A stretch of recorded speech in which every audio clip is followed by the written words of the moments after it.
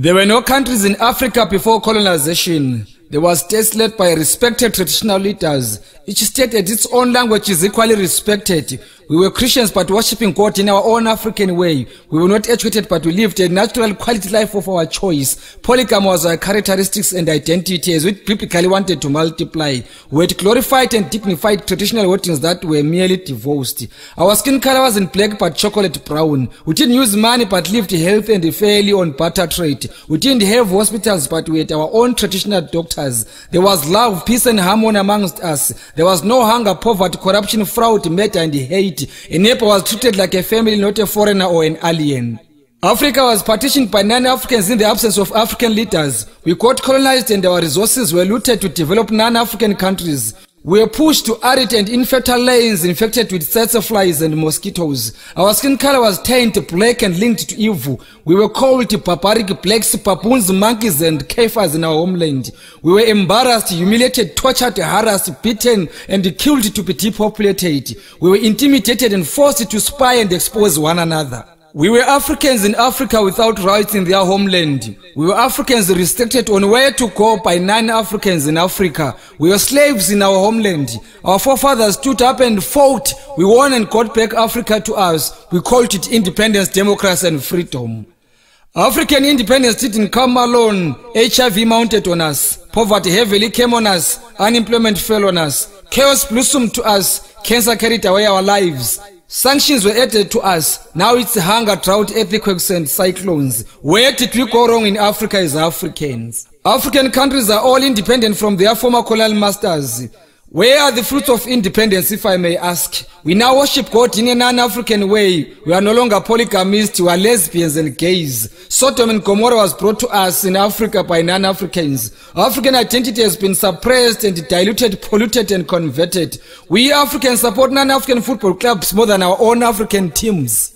English, Portuguese, Spanish and French are our official languages at the expense of our own Bantu languages. We collectively fought together as Africans during our liberation struggle. We were not using visas, passports, emergency traveling documents, permits and asylums. What happened to our unity and togetherness? An African needs a passport and sometimes a visa to visit an African country. An African is annually given 90 days of staying in an African country. An African needs a certain amount of money to be granted permission to visit an African country. An African needs a study permit to study in Africa. An African needs a residential permit or an asylum to stay in Africa. An African needs a work permit to work in Africa. African speaks non-African languages more than their own African languages. Africans are called refugees in Africa while non-Africans are called tourists. Africans are called poachers in Africa while non-Africans are called professional hunters. Products manufactured from African products are unaffordable to Africans.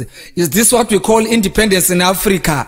Why are Africans beggars while we have flora and fauna? Why do Africans need non-Africans to solve their own African problems? How many Africans have solved non-African problems? How many African leaders have sensitive posts like security in United Nations and why? Is SADC and OAU helpful to Africans or is a toothless bulldog? Why do Africans hate one another? Why are Africans helps rejected to cure Africans while non-Africans tablets cure Africans? Why are late African men called demons while their surnames are still in use? Our own traditional healers are now evil. Our own traditional leaders are politicians as puppets. Our traditional helps are no longer important but useless. Who own businesses in Africa? Who owns land in Africa? Who are investors in Africa? Who is controlling African economy? Why are Africans still living in squatter camps in Africa? Why are Africans migrating to 9 African countries? Why are some African countries sanctioned? Who killed Gaddafi and why was he brutally killed? How far has Libyan economy improved after Gaddafi's brutal assassination? Where is African independence?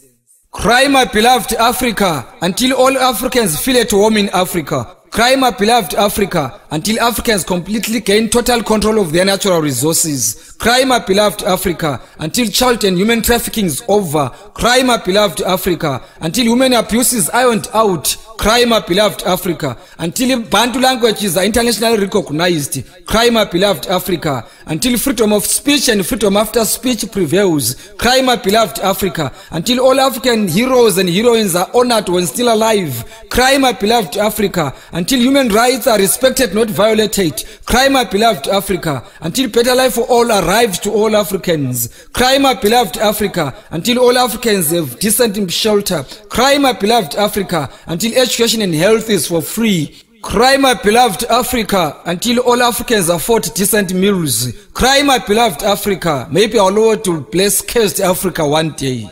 I'm not an African politician, but an African patriotic poet. I'm a patriotic African ambassador through poetry. My message to Africans remains very clear and loud. My message to Africans remains poetic, not political. I'm not against non-Africans, but I advocate for African unity and peace. I won't keep quiet until all Africans wake up, smell coffee, and get united. I am Obed Dube.